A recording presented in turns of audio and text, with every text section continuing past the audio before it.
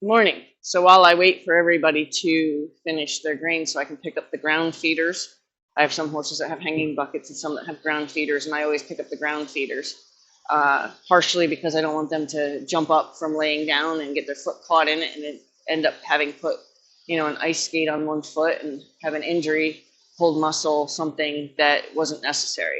The other reason too is because during the summer we've got a lot of flies.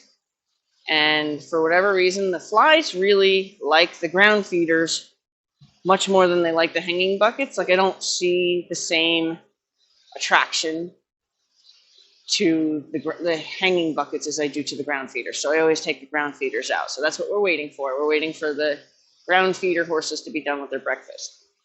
I did a pop quiz already about Tucker, and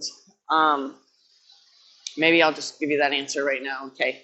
So Tucker yanked his head out of his halter, backing away from me in a conversation about, you're being too intense about trying to bite the lead rope. Like now this needs to be addressed because it's not just cute. Now you're being intense about it, like obsessed about it. So what I did, I asked what you would do. He's already loose. He's already running around his mom to avoid my re-contact with him. And I have to take in consideration that he's got a mouthful of grain.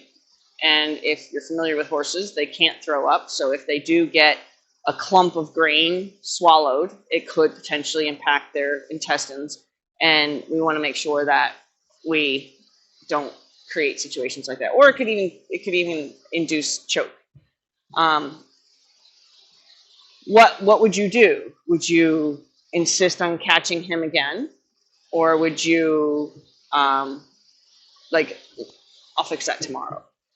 Me, if I don't run out of storage, which my phone just said I'm going to, what I did is I basically chased him around as nicely as I could, putting my hand on him to let him know that I'm not trying to be aggressive to him. He did tuck his tail under himself, which is frightening sometimes when you have a horse that's feeling defensive. You don't want to get yourself kicked, right? So I only put my hand out on him to say, hey, I'm here in a friendly way, but we need to go to school for a second, right? So put the halter back on him,